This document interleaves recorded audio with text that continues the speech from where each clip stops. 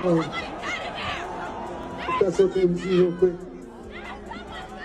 Let's do it. Diddy did that thing and 9 people ended up passing away at the end of it. Travis Scott did that thing and 9 people ended up passing away. Like it's.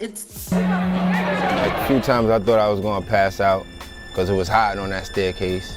You know what I'm saying? And when they closed the doors, I knew something was going down. City College was a deep experience for me. I was there, I was on the floor, I watched people take their last breath, regurgitate, and die.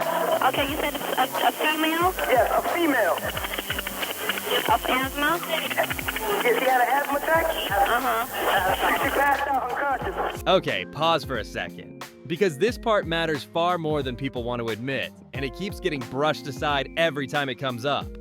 Diddy hosts stampede that happened right before Diddy blew up in the industry and went on to become a billionaire. Now, in case you somehow missed out on the disturbing details of Astrofest, it went down on November 5th, 2021, when Travis and Live Nation decided it was a good idea to sell 50,000 tickets to a concert that was only meant to accommodate 35,000 people. Mind you, hundreds of fans also rushed the gates without tickets starting in the morning, all the way up till evening. Baby, not even security could get a hold of the situation. that City College event and 9 people died.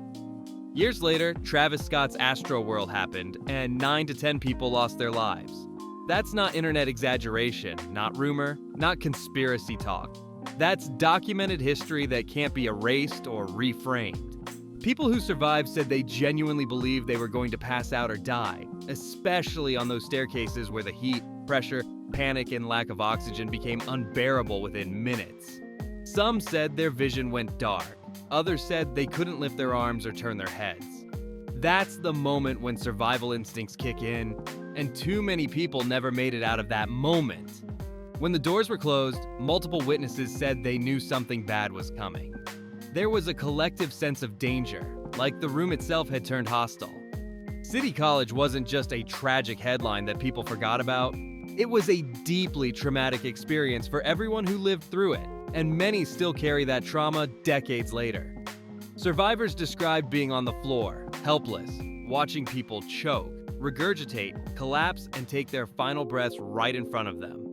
One woman reportedly suffered a severe asthma attack and never regained consciousness.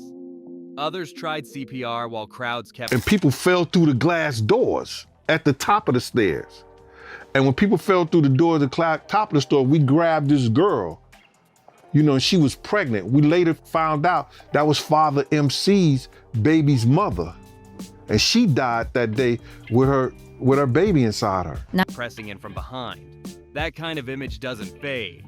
It stays burned into your memory forever.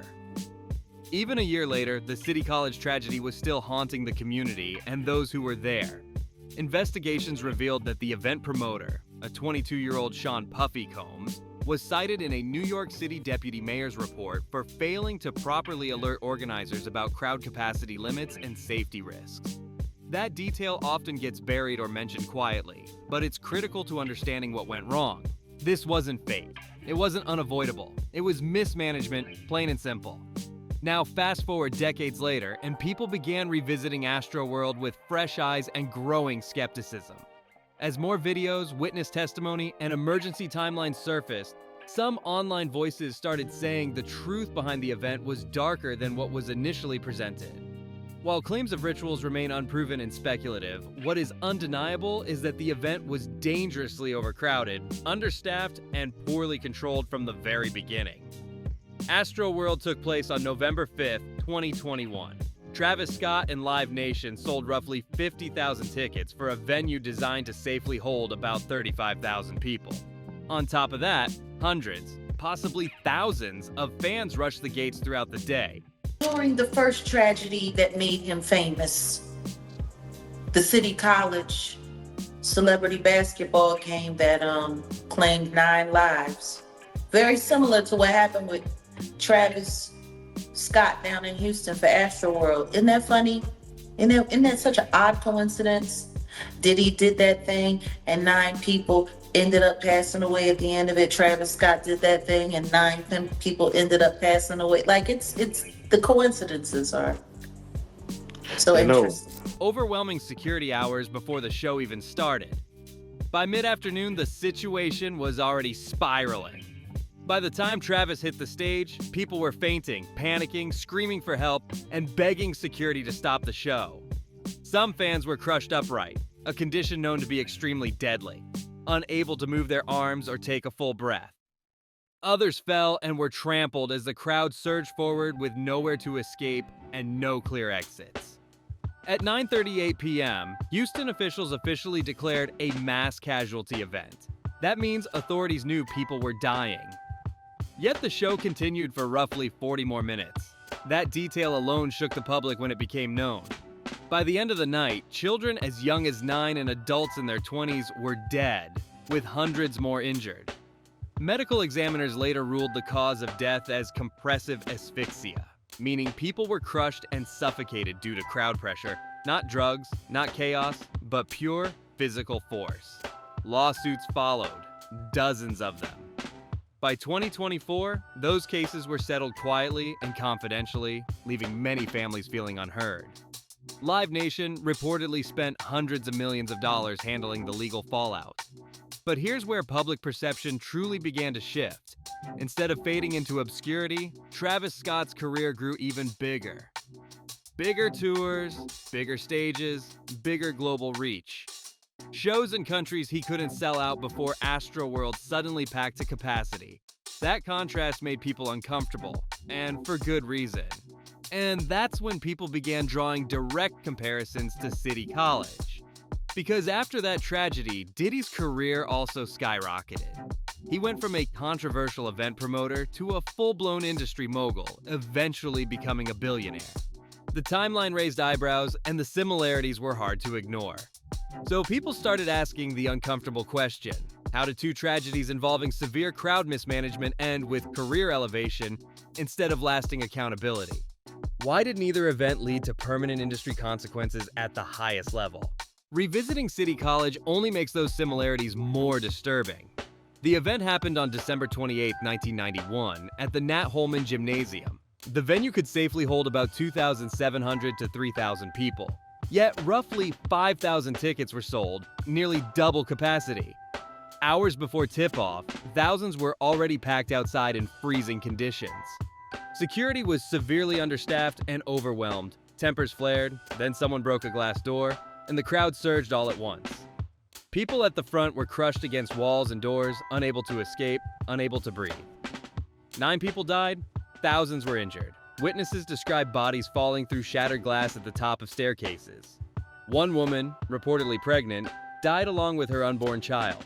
That single detail alone devastated the community and remains one of the most heartbreaking aspects of the tragedy.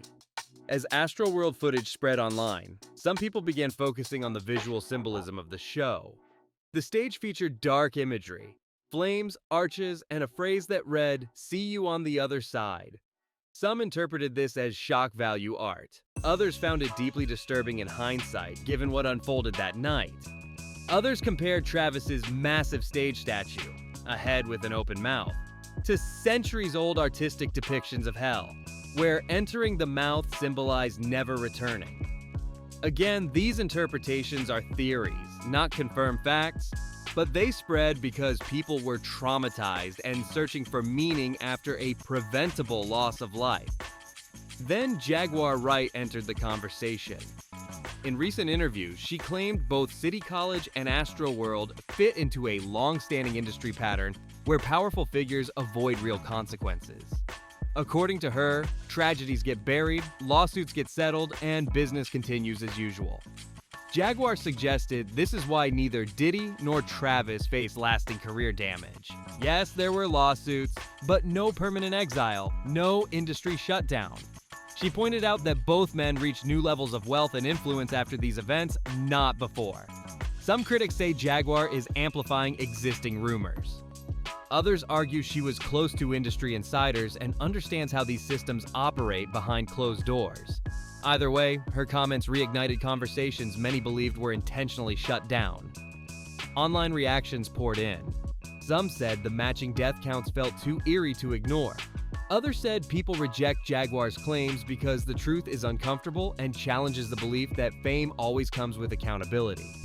To be absolutely clear, There is no confirmed proof of ritual activity, and no official investigation supports those claims. But what is factual and undeniable is this.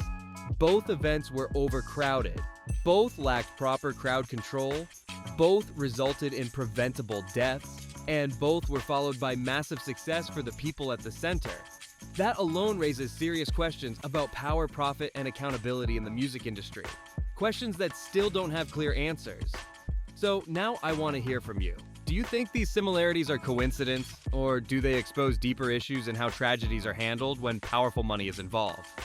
Do you believe voices like Jaguar Wright are revealing uncomfortable patterns, or pushing speculation too far? Drop your thoughts in the comments below and make sure to click here to watch the next breakdown, because this story is far from finished.